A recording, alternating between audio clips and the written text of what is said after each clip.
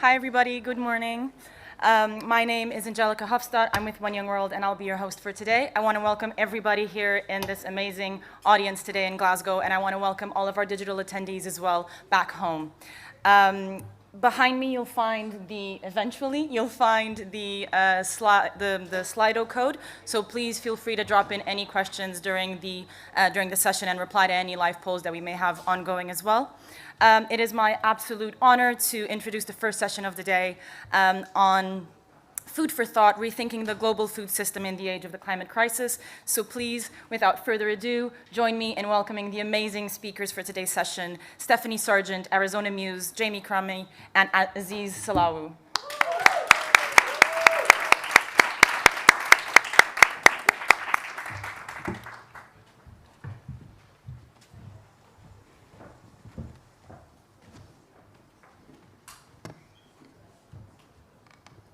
Hello everyone joining us both online and in person. I'm super excited for our event today, and I'm sitting here with some amazing speakers. Just before we delve in, I'll give a little quick introduction. My name is Stephanie Sargent, and I'm a youth leader at Act for Food, Act for Change. I'm also a student assistant at the CGIR research program on climate change, agriculture, and food security. And also, I am a master's student at International Development Studies at Wageningen University. And without further ado, I would like my fellow speakers to introduce themselves. So, yeah, Arizona? Of course. Hi, I'm Arizona Muse. I have been a model for a very long time, and that spurred me into activism because I realized that I didn't know where these clothes were coming from, nor what impacts they were having on the planet, nor the people in the supply chain. And that was just the most exciting journey that I have been on and will ever be on, and I will be on it forever. And that's what I love about activism, is it makes me feel better than I felt before, in spite of educating myself about the doom and gloom of climate change and the future that we're all facing. During that education, I find all the solutions, and I've listened to the stories of the people who are changing the world. And it's amazing. So every single day of my life of activism actually feels really uplifting and empowering. I recently started a charity called DIRT, Foundation for the Regeneration of Earth, because soil regeneration is one of the most important things that we can do in the face of climate change. And DIRT works to support the biodynamic farming movement, which is a tiny side of the regenerative movement that could be expanded across every single piece of arable terrestrial land. And if we did that, I don't think we'd be in climate change anymore. Woo, thank you so much. All right, thank you so much. My name is Aziz Salawu from Nigeria.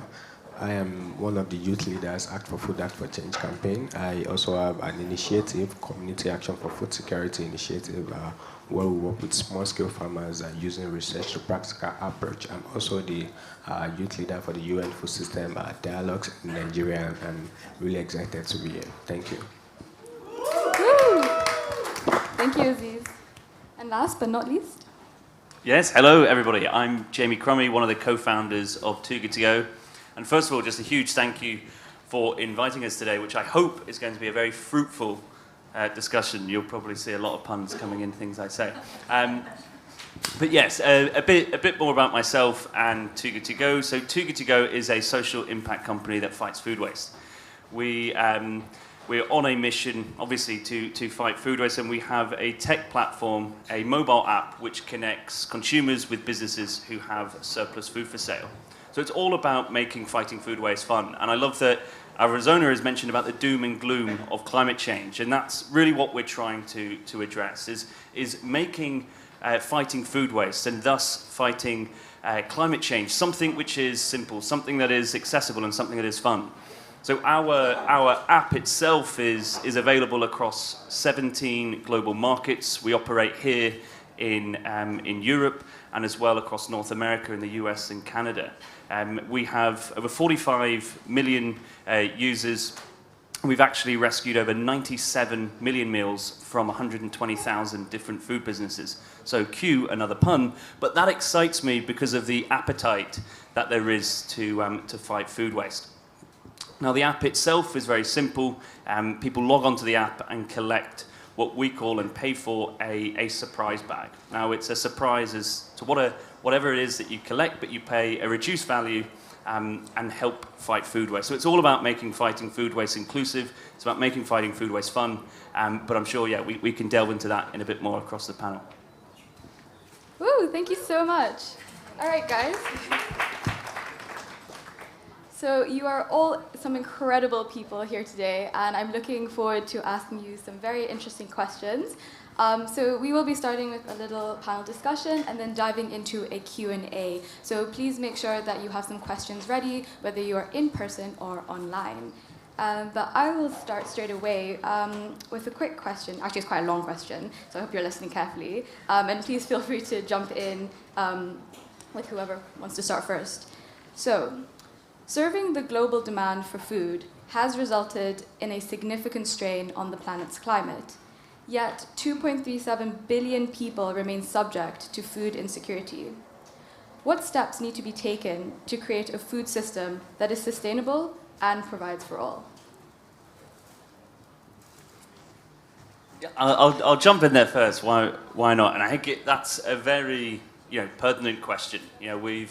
A lot of the things I've been hearing at COP is talking about growing populations, and by 2050 we're going to meet over 10 billion people on the planet, and what are we going to do to feed these people? To think of this population boom, we could just go back to sort of the 1970s, 1960s, where there were 2-3 billion people on the planet. So it is quite shocking the rate in which this is growing. But one of the things that I always reflect on when we're talking about this question around how are we going to feed people, and I think it's very simple. We just need to stop wasting so much food.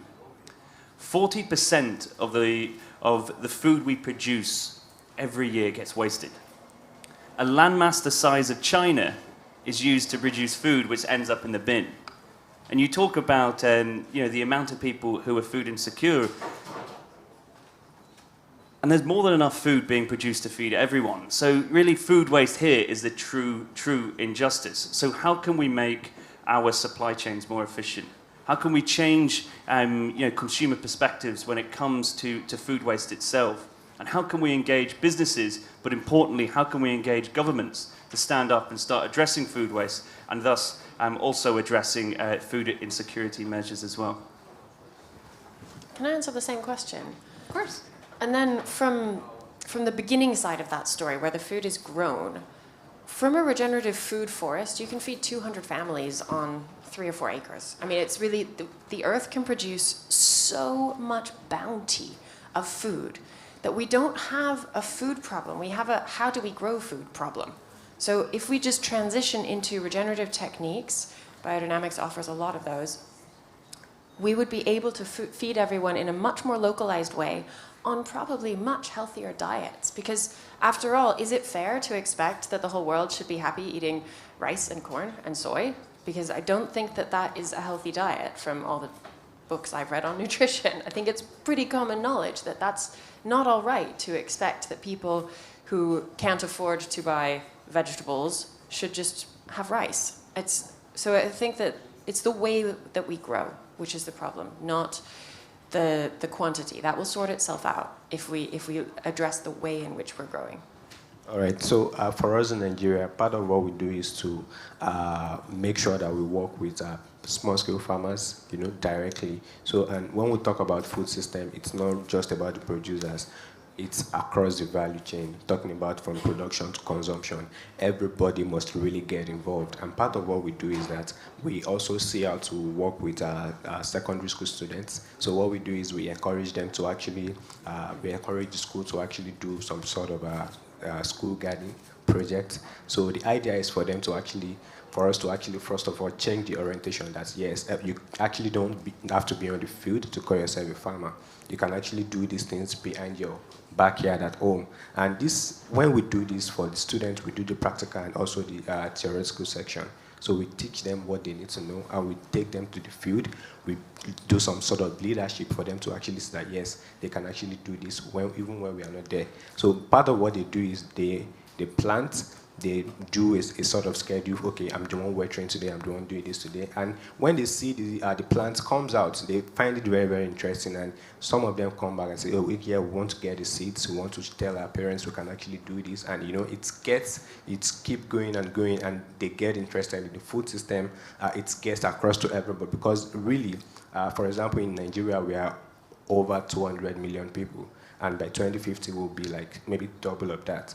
We really need to start doing this ourselves, and talking about our food waste, this is actually very important for us to start adding value to what we do. So most of the vegetables and also tomatoes and some other things are actually highly perishable. So the access to good bad roads leads to these vegetables, before they get to the market, it actually gets spoiled. So we need to start doing something like a staple processing zone, where we get to process, all these things before it gets spoiled, and it would really help us to do a whole lot of things around the food system. We really need to come together as young people, as policymakers, as farmers. Everybody needs to come together, because what is binding us is the food we eat. Because whether you're a farmer, you're an accountant, you're a tailor, anything, you must eat food. And this is what keeps us going. This is what gives us strength, and we really need to work around making our food system more sustainable and more efficient for every one of us. Thank you. That was great answers, guys. And I actually want to jump off what Arizona had said. I also have been noting down some things that you guys have been saying, so don't you worry. But you spoke about regenerative agriculture. And I just wanted to know, what are some of the largest barriers to the mass adoption of regenerative agriculture? And how can we overcome these challenges? And also the other two, please feel free to jump in, of course. Yeah, so when we talk about regenerative agriculture, so the big players in the agri system, in the agri sector, are really not ready to actually go through that. But really, that is the future, because what regenerative agriculture do is to actually take the carbon from the atmosphere, and it takes so the plants you produce, maybe the trees and every other things that is really, really regenerative. It takes the CO2 from the atmosphere, it takes it inside the soil. And from there, we can actually see that, regenerative practice like agroecology, permaculture is actually the way to go. We need to start, taking care of the Mother Earth. So the idea is that as we are planting, we are also keeping the trees, because these are the trees that will actually help to reduce the greenhouse emission that comes, from various activities. Because we all know that climate change activities are, most of the challenges around climate change are human-induced, activities. So we really need to see how we get involved in making sure that we keep the carbon in the soil. It's actually very important. And all these practices actually are very, very easy. Depending on the climatic, maybe weather condition in our various country, we need to start making sure we engage policymakers to see that, yes, we need to stop doing a whole lot of things. We need to, start naming and shaming those big players, because most of them are really, really involved. They are really, really interested in the business side of it. They don't care about cutting millions of trees. When they cut, they don't have plans to maybe grow another one. So it is actually very, very challenging, and all these things, they really don't care. So we really need to start, making sure that all these things are put in place for us to actually have a very good system, transformation. It is actually very, very important. Thank you. One of the biggest barriers, I think, and the most harmful barriers to the adoption of regenerative agriculture is the myth that it won't have high yields. It will. We will feed everybody with regenerative agriculture, and we will nourish the soil so that we can continue using that soil for generations to come. The myth that we can only grow enough food if we use chemical agriculture and heavy-duty tractors and get bigger and bigger and scale up and scale up and scale up, it's just a myth. It's just not true.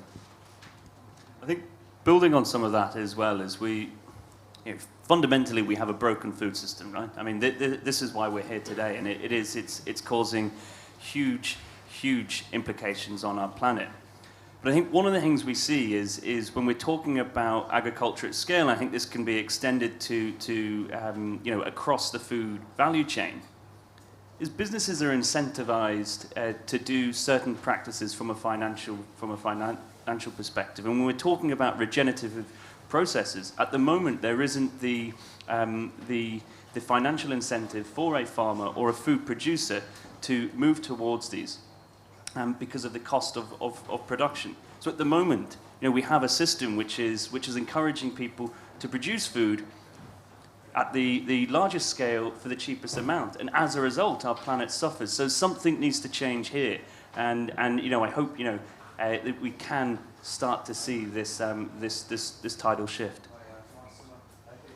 Excellent. Thank you so much, guys. For my next question, I wanted to talk about the 2021 UN report, which estimated that 17% of food produced globally is wasted. And what measures do you guys think need to be taken to ensure that food is more evenly distributed worldwide? And I also kind of want to add a little question at the end there. And this is kind of for you, Jamie, about accessibility. So I think your app is incredible and it's a great initiative. But what about people who maybe don't have phones and don't have the app? And how can they also, get these like little surprise boxes, which sound really fun? And like maybe homeless people who can't quite like use the app and so on. So yeah, that was a lot of words, but yeah, go for it. Sure. Well, I'll jump in and I'll answer the first part of the question there. And when we're talking about the problems within our food system, and we're talking about the issues of food waste, I often break these down into three areas. We have the environmental implications of food waste. The fact that food waste accounts for 10% of the world's greenhouse gas emissions, which means that if food waste was a country, it would be the third largest greenhouse gas emitter after the US and China. It's also a huge financial problem. Food waste costs the global economy $1.2 trillion every single year. Again, that just is mind-boggling. And to try and put that 1.2 trillion into context, that's the gross domestic product of the 15th largest global economy in the world, Mexico. So we're spending more on throwing food away, and I'm smiling because it really is shocking. We're spending more on throwing food away than the entire GDP of large member states. Now, I think that there itself is something huge. But there's also, as you say, the social implications when we talk about food waste. The fact that there's 870 million people that go to bed hungry every single night, and even more people that are classified as food insecure. So our platform very much addresses the environmental issues and the financial implications. And there is an element of socialness which we can address, which is through the accessibility to food. But you are right, what we are leaning on is technology. And at the heart of our solution is tech for good. But I think what we are talking about here is food waste itself does need global solutions. Our broken food system, it sees no borders. It's something in which we need these global solutions, and which is why, as an organization, we are trying to scale up as much as we can, and we are in these 17 markets. But you're certainly right, there is much more that needs to be done. And what we do is often collaborate with our other organizations to have a greater impact when we're talking about food insecurity. So most recently, here in the UK, we've partnered with organizations like FareShare, which are the largest food redistribution charity here in the UK, but also with local food banks to ensure that we can supplement the food that food insecure people are getting when they're collecting an emergency food parcel. And we can try and break down some of those barriers around dignity and the stigma attached to it.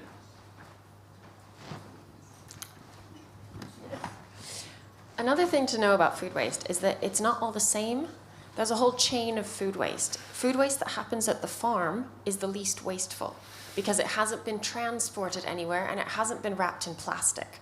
Once those two things happen, food becomes exponentially more wasteful because it's much more difficult to compost it and it has this carbon history of the transport.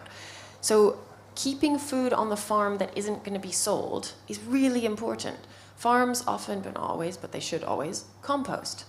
There's only one thing to be done with food that's about to be wasted after it really can't be eaten anymore, is to compost it. It should never go into a landfill. Never. Nor should biodegradable fashion ever go into landfill. And there are so many good businesses now in the fashion industry who are working on innovative materials and also going back to traditional materials so that their clothes can be composted, so that they don't have to go to landfill. But right now, most municipalities, they don't offer composting. So then eventually everything gets thrown away again. And you're like, this is crazy. We have to get the infrastructure right to handle food waste at each step of the way, unwrap the food that's been wrapped in plastic, encourage people not to wrap it in plastic in the first place, and get fashion that is compostable into a compost pile. Yeah, so part of what we do is to make sure that, because when we talk about food waste on the farm, it mostly happens to small-scale farmers because they are the one producing like over 80% of what is being brought into the urban city. So, and when they don't have easy access to market, they easily sell at cheap prices, and when they don't see it to sell, it just gets wasted, and they really don't know what to do about it. So part of what we do is to make sure that we group these farmers into something like what we call an outgrower scheme, where farmers are, together, they're together in a place, and they know that once they harvest their produce, it has a readily available market for them to actually make some money. And also, so the issue of food waste is not usually very,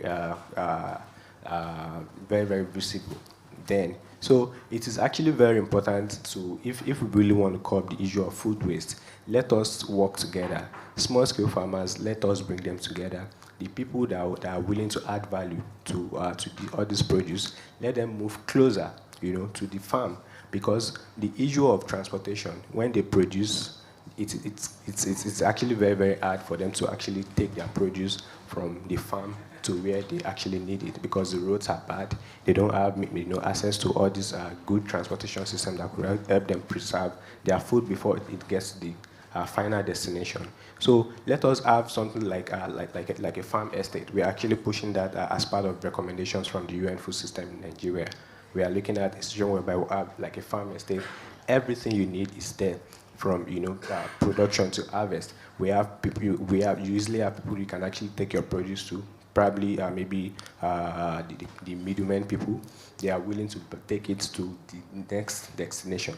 And with this, it would really help us to reduce the effect of this food waste, because climate change is actually real. Most of these farmers, especially small-scale farmers, they really don't know about climate change. Even sometimes when we tell them that, okay, this is a result of climate change, they say no.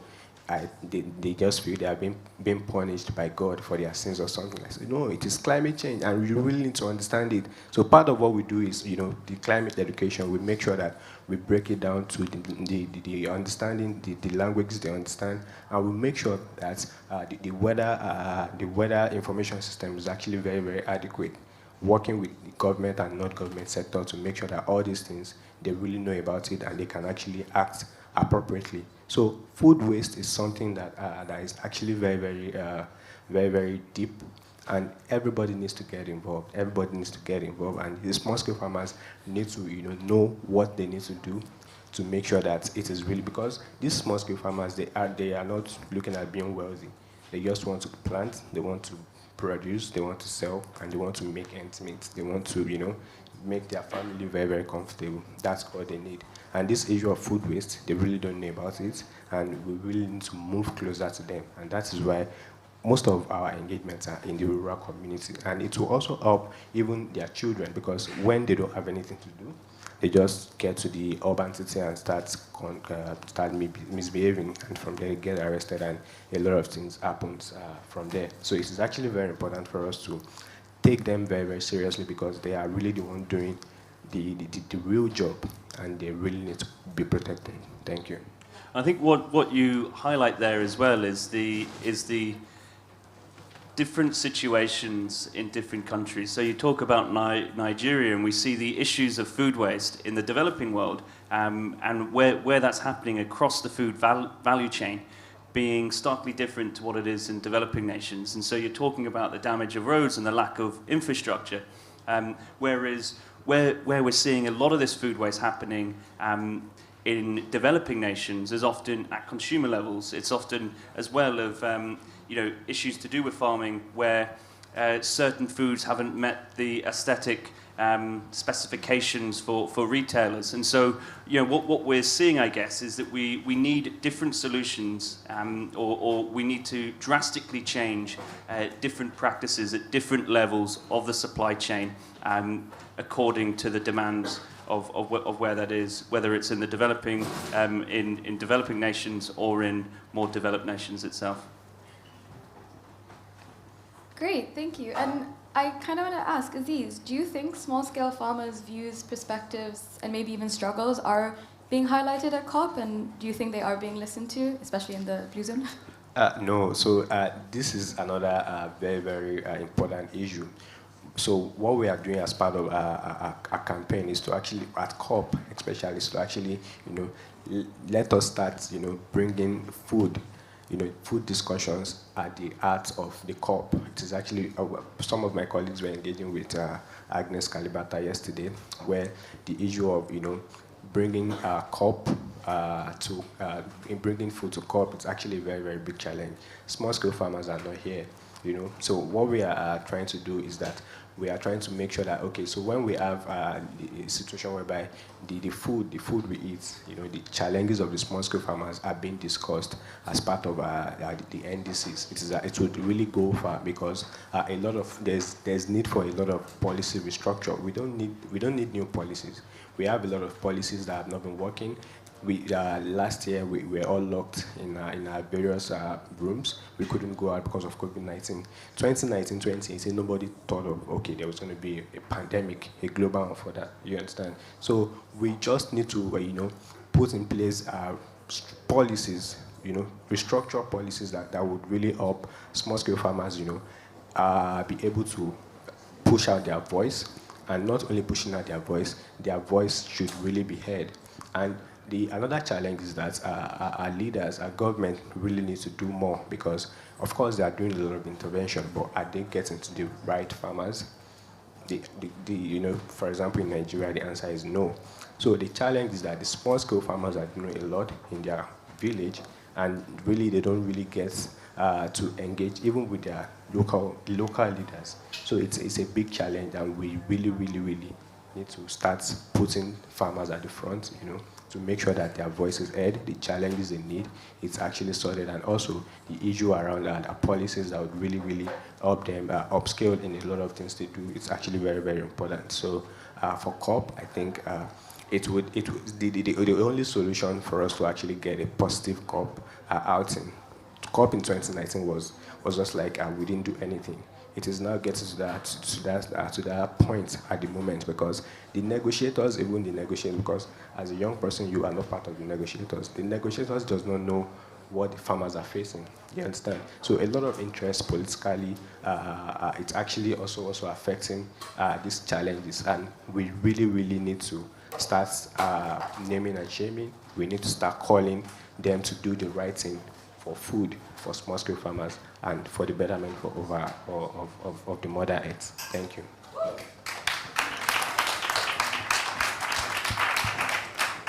I completely agree, Aziz. And Arizona and Jamie, what about you guys? What do you think has been missing from COP so far?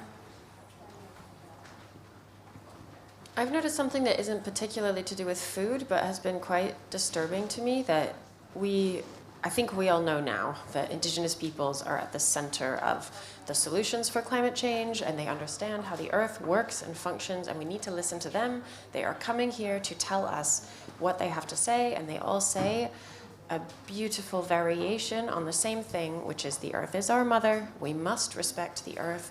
Please, can we start doing that? What I'm finding disturbing is that these beautiful specimens of human beings are coming to COP, and they're wearing their feathers and their traditional dress, and they look so out of place in this conference center where we've made them come. What about us going? What about the people at the UN going to their places and maybe looking uncomfortable in their suits and taking off their suits and really truly going to meet the needs of those people who are coming so generously with their age-old wisdom, even after they've been battered and abused culturally and physically, and their land has been robbed and stolen in so many different ways that it hurts to talk about it. That to me has been hard to watch. I don't feel like they're being listened to, even though the general rhetoric is, yes, we need to listen to indigenous peoples, but it's not happening in a heartfelt, emotionally sound way.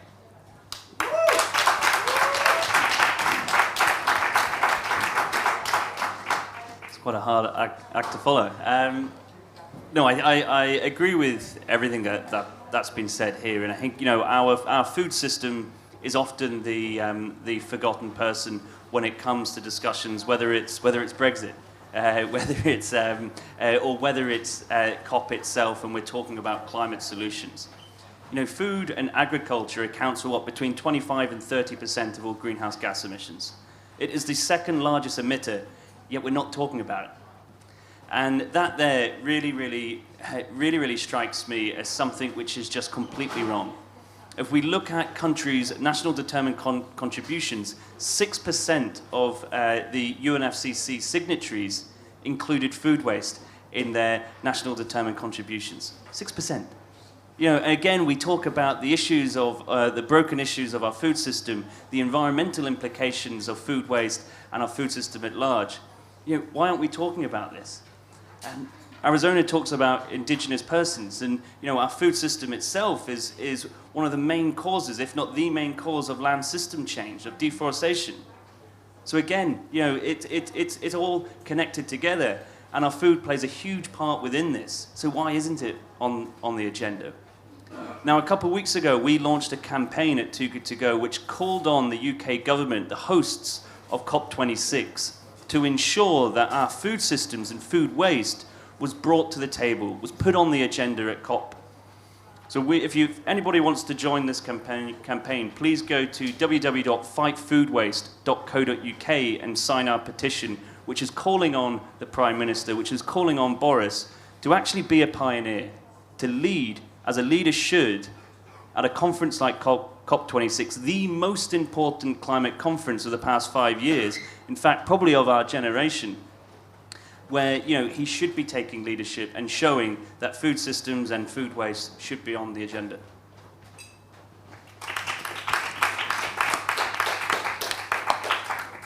Those were some amazing answers, and I think that was actually a really good way to round up our panel discussion, with you guys highlighting some incredible issues that should be definitely discussed during such big events. So could we please have a round of applause for our panelists?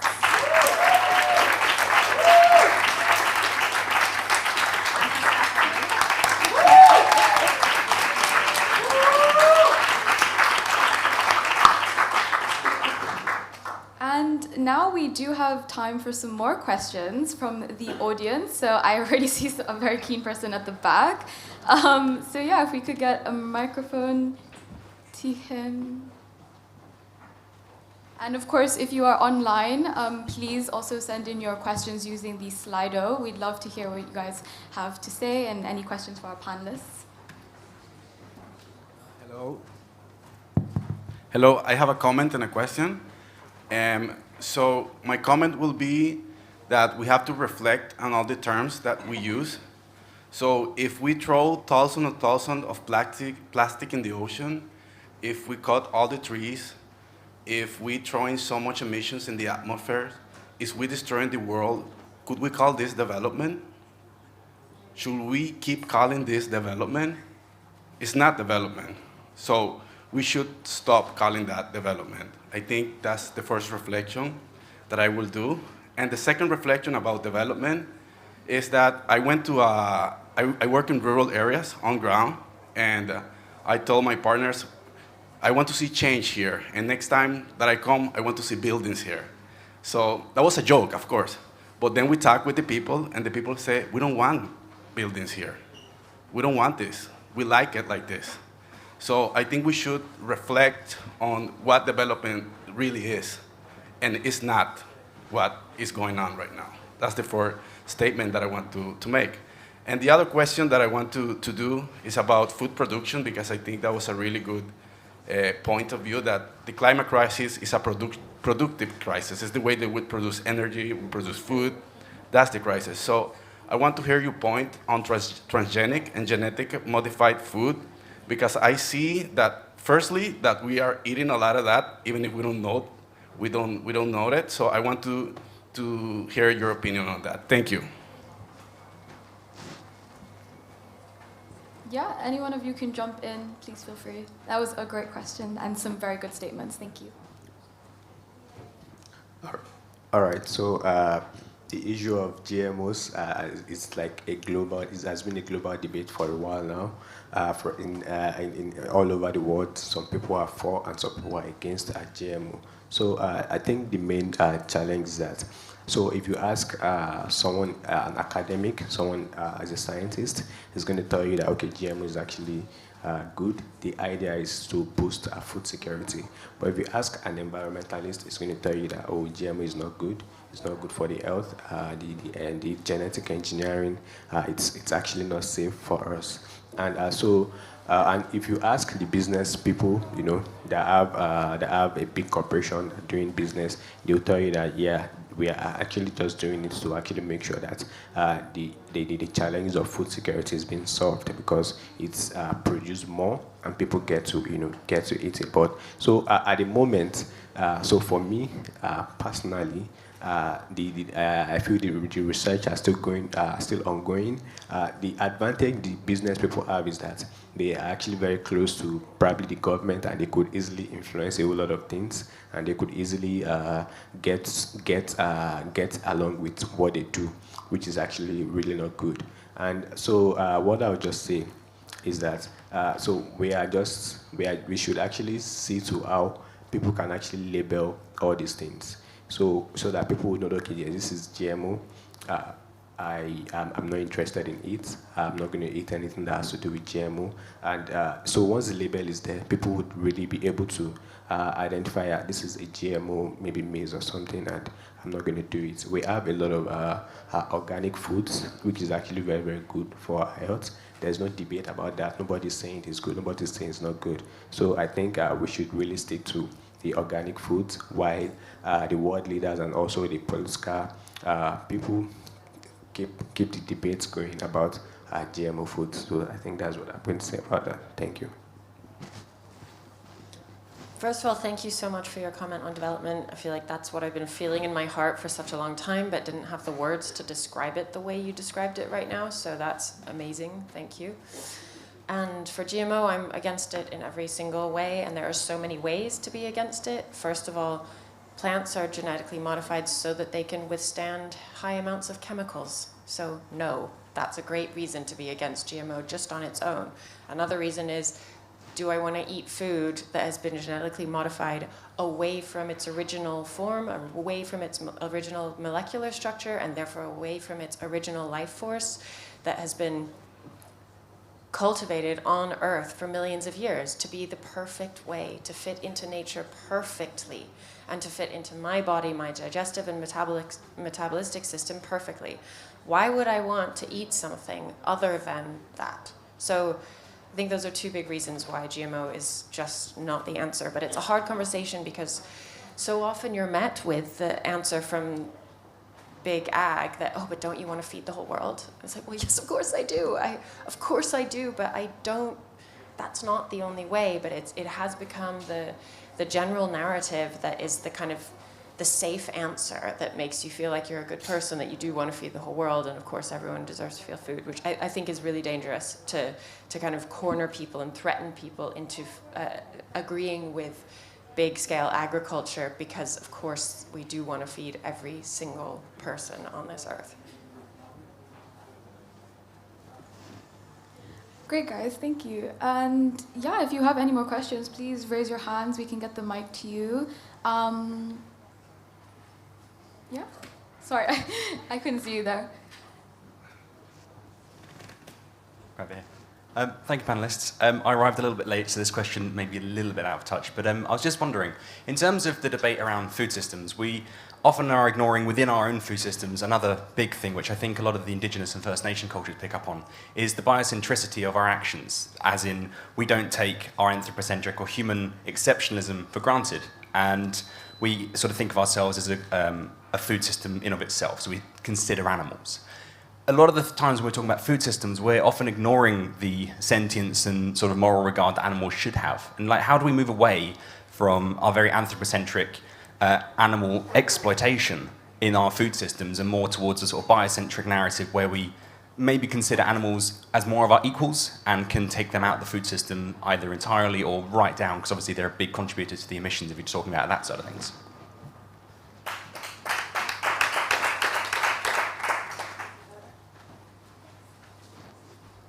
I love to talk about cows, so I'll talk about cows now.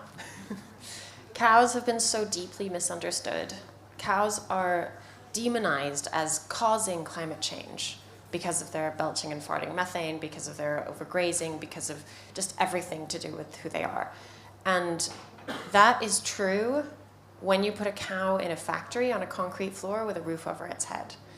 That cow never elected to be there. We put that cow there.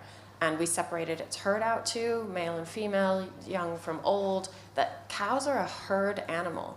We can never understand what that means to be a herd animal because we are not a herd species. We are quite an individualized species. We can, of course, build community, and we feel better when we build community, but nevertheless, we are still quite individual in ourselves. Cows are, it's like they're one being, the herd. So already that, when we separate them out, it's so against their sentient beingness of being a cow. So thank you for that question. We have so much to do to understand animals and to treat them with respect and also invite them into the climate solution. Cows are the most regenerative animal out there because of their manure, because they're ruminants. They have 4 stomachs. When they eat grass, their body turns that grass into nutrition for the soil in which that grass grows. By the way, they don't always want to eat grass. They're very complex beings. They don't really like fields, but we put them in fields even when we're pasture raising them and labeling that as a sustainable way to do it. They love eating twigs and bark and leaves. They'd like to be kind of in a forest. They'd like to have a choice. They'd like to be able to roam. Herd animals never stay in one place. Herd animals always move, and they should be moving vast distances. That's not possible for wild animals even now because of our fences and our towns and our buildings and everything that we've put in their way of being who they are. So it's a really big issue, the animal issue. The first step is obviously take them all out of the factories. But they're a part of climate solution as well, and we need to recognize that and start helping them to do their jobs because they have a place on this earth.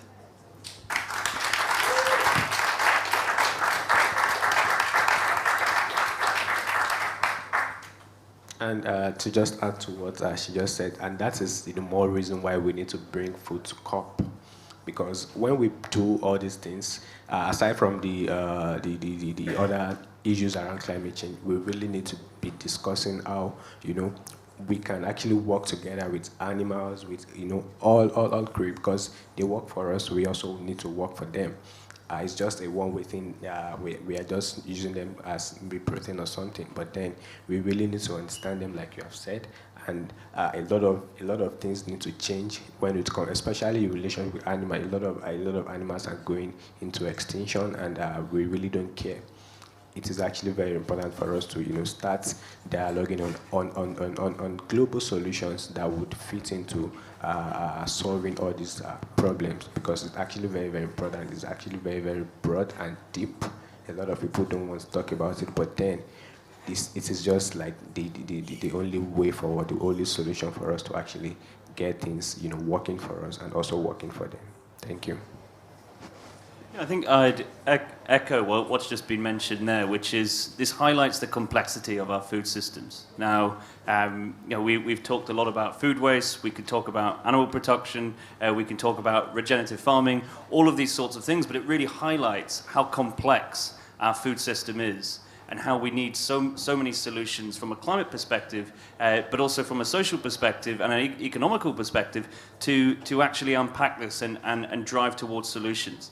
I think going back to that question's comments, I think we need to look at what our reality is. And you talk about indigenous communities' relationships with meat and things like that. And I think it's very different to what we have in the developed world.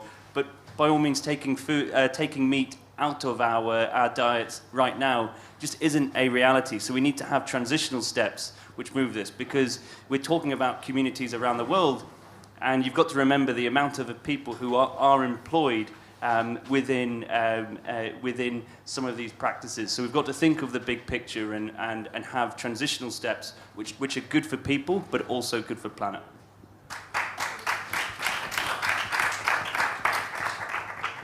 Alrighty, thank you to our in-person audience. Oh, we have another question. Okay, we'll do yours super quickly, and then I want to move online and hear what everyone around the world has to say. But please go ahead with your question. Thank you very much. We've had a lot over the last few sessions, over the last few days, about young people being told they're empowered with their money. So for those that are living in cities now, where should they spend their money? And many people would agree with you, but some of those solutions are not today. So what should they do with their money today? Who should they stop spending it with? Or if you don't want to mention names, where can they go? What can we do? I know there's a really good app which... No, I think it's a good question, and we often forget the power that we as consumers have with our wallet. That there is a vote to people's pockets, but it's also a vote in the polling station. And I think what we need to do as individuals is call on businesses to be far more transparent. But in terms of where to shop and things like that, I think I wouldn't want to name drop a list of amazing places to go and purchase. But I think what we should be doing is maybe shifting away from this narrative of the assumption that individuals are the solution, because we as individuals can often be overwhelmed, as you're talking about, and we're a product of the society and the broken food system in which we're in, and so it is all about collaborative change. It's about grassroots movement demanding for greater transparency, or demanding on big businesses to change their practices. But it's also about businesses changing their way. So how can we create an environment which incentivizes better change from businesses? Whether that is looking at the way in terms of making regenerative farming more commercially attractive to farmers, or actually looking at ways in which big business can find solutions which are good for them, but also good for individuals. And finally, it's about governments leading from the front, and it's creating an environment which changes our system, so it isn't the onus is on the individual, but recognizing that we need systemic change. And for systemic change to happen, it needs consumers or citizens, it needs businesses, and it needs policy. Just super practically, whenever you're shopping, put the word sustainable in front of whatever you want. So if you need a new toothbrush, shop sustainable toothbrush, and all the wooden ones will pop up, and then you can put them in a compost bin, hopefully, after. Just that, like little bits. And of course, there is a bigger conversation to be had as well about who can afford that and who can't. Because this is all, of course, advice for people who have money. If you don't have money, it's a whole nother problem, and it's a systems change problem. It's not your problem. So let's all, as a society, stop guilting people who can't afford to make the sustainable choice, because that's absolutely not their problem. It's the problem of the system. Totally. And it's how can we make good business the right business? And we often talk about the more sustainable option, or the organic option, or the local option is often more expensive. And it's about making this something which is inclusive. So there is going to be a teething stage in which innovation develops before it becomes the normal, the regular way of conducting business. And in that teething stage, if you have money, you must use it to support those businesses in that teething stage, because it is your responsibility to spend your money, vote with your wallet, every single time you go out and make a purchase. It's too late not to do that. And I also think the businesses need to show what they really do, because most of these things they actually do. There are some hidden agendas which we consumers does not know, and this is where the government needs to come in. The penalties for doing something that's actually bad is actually just very, very small. Can we see how they can actually change all those things to make sure that they pay through their nose? And from there, they can actually say, okay, yes, we need to start doing the right thing, except we want to go back to our various houses. So policy is actually very important because all these policies mostly they really understand because they have expertise to help them look around this and they see how they can actually maneuver their ways around it. So we really also need to build our capacities. We need to need to actually know what is really happening both within and outside for us to really act sustainably. It is actually very, very important. Thank you. One quick final reflection from myself is we're a registered B Corp, which is a community of businesses which put people and planet ahead of the bottom line. And so I would encourage people to explore more at what B Corp is. There's a lot of transparency there. I will put a caveat in, it's not always the most consumer-friendly way of looking at it, but I know B Corp are exploring ways to make that more engaging. But what each organization does, it goes through a robust criteria in which effectively we open our doors to the B Corp community and we're held across 5 pillars and we're measured against that. So again, I would encourage people who want to do something immediately, explore B Corp businesses.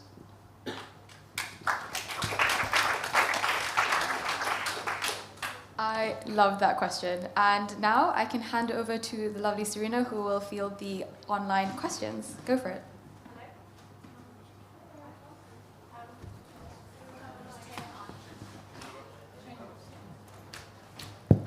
Oh, no, it's on. Thank you. Sorry about that.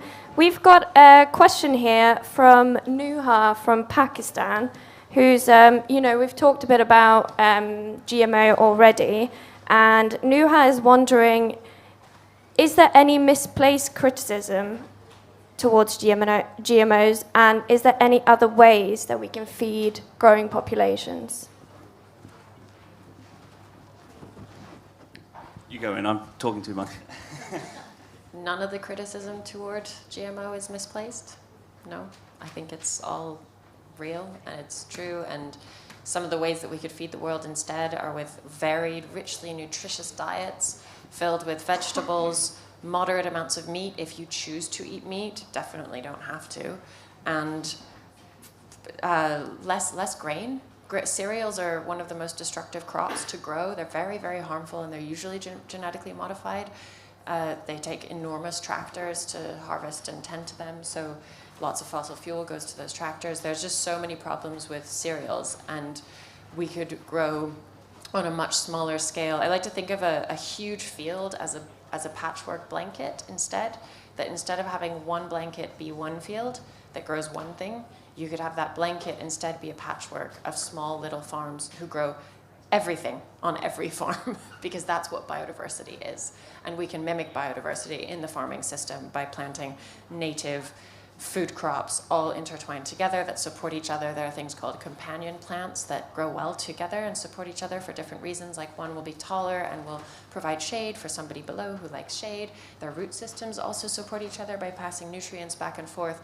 The answers are numerous. They're all there, which begs the question from me, why are they not being adopted from the people in the blue zone? I've never met anyone or heard of anyone who learned the details about regenerative agriculture and said, I don't think that's a good idea. I don't think that's going to work. We shouldn't really go down that path. So it begs the question, do they know? Do they know what regenerative agriculture really is? Or are they learning about sustainable farming from the huge institutions and businesses that are actually perpetuating the cycle of unsustainable farming? Because now if you go onto the websites of the big ag companies, they're all talking about no tillage, and they want you to stop tilling by spraying more chemicals to kill the plants off the surface rather than tilling them in. So that, to me, that doesn't sound sustainable at all in the slightest. That's my answer. All right, so it is actually very important for us to start eating what we grow. It is actually very, very easy. It's just for you to get the right seedling and propagate it at the back of at your backyard. It is actually very easy for you to pluck. You know that what you're plucking is just nutritious and it is actually good for your health, than for you to go to the store where you don't know whether it is maybe a GMO crop or something. It is actually very, very important for us to start teaching our children, our people around us to actually grow what they eat. With this, it would reduce a whole lot of harmful effect of GMO, and that is part of what we actually preach at Act for Food, Act for Change campaign. We act for food, we act for change. we relate, we talk to people to actually make them to know that yes, this is the right thing, and nobody will tell you, because as human beings we know what is right from what is wrong, and the Act for Food is actually our own actions to actually make sure that yes, we're actually adding value to the food system positively, and the Act for Change is really about our actions, calling all leaders and other people to actually do the right thing for the food system. Collective responsibilities actually takes an effort between you and me. I can't do it alone, you can't do it alone. We need to come together collectively to really act for food, speak about food, and really act for change. Thank you.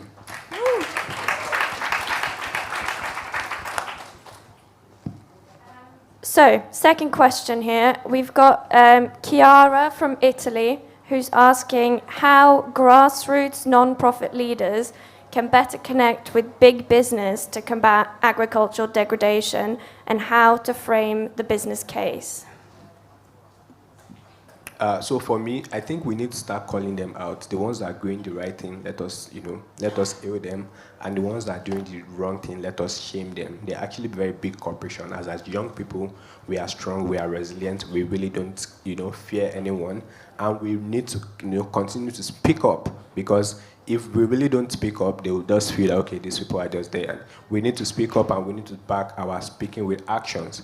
We need to see how, the peaceful protest is actually allowed. We need to bring ourselves together. We need to march to their gates and tell them that, yes, this is what we're doing. All these things has adverse effect on the future, and we are the future. Most of them are old people, they really don't care, and all these consequences about a bad food system is really going to come to us, because we are very young, and we are growing, and these things, we consume them a lot, and it's, and the bad thing about consuming something that is really bad is that it doesn't, you don't see the immediate effect. It grows and lives with you, and you get to a certain age, and you see that you really can't walk very well, you really can't maybe bend or do some other things. These are a result of what we eat when we are growing up, and it is actually very important as young people for us to continue to speak up and face these people anywhere we find them, maybe in our churches, in our mosque, anywhere. Let us make sure we keep preaching the gospel of good thing. As business, apart from doing business, it's actually fine. You want to do business, you want to make money, but then think about the people you're actually doing this for.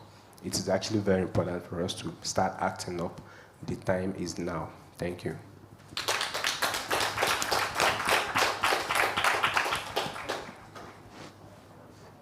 Should we do one more? Yeah, let's do one more. Okay, so we've got a question here from Cormac, who's asking, could you talk more about the social benefits of regenerative agriculture, localized food systems, and stopping waste? That's a fun thing to talk about. A big question, yeah. You want to go first, Jamie?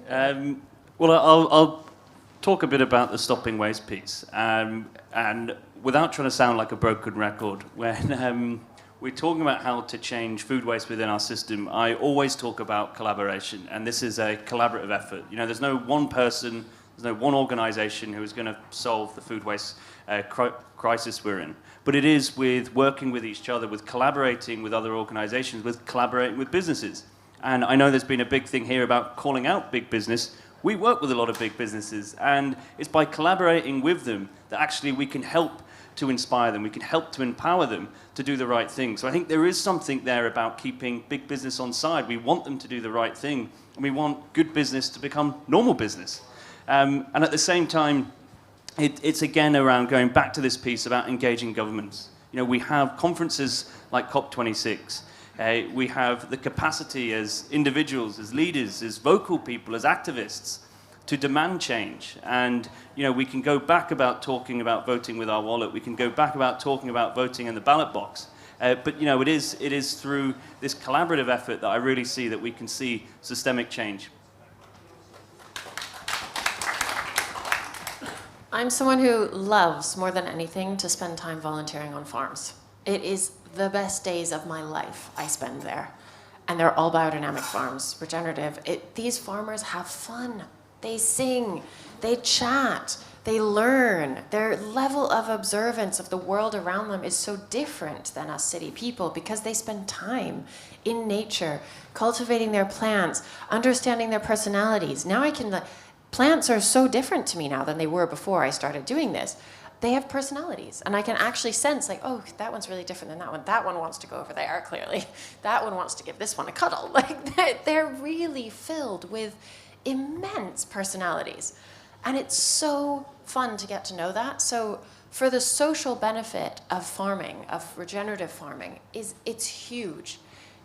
Purposeful, meaningful jobs where you can spend time with your family in nature at your work is just incredible. We're always talking about how we need more jobs, job creation is so important.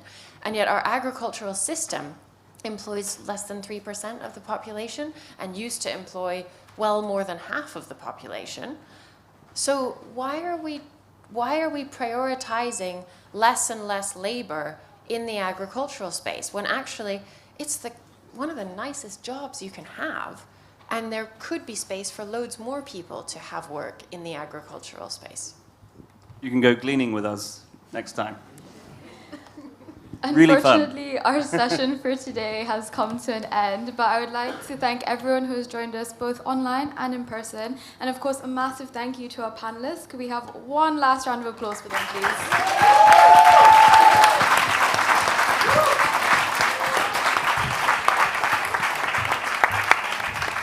Honestly, that was such an amazing session, amazing questions, such insightful answers. So thank you again, everybody. And do tune in for the next session and stay around for the next session at 12. Thank you again.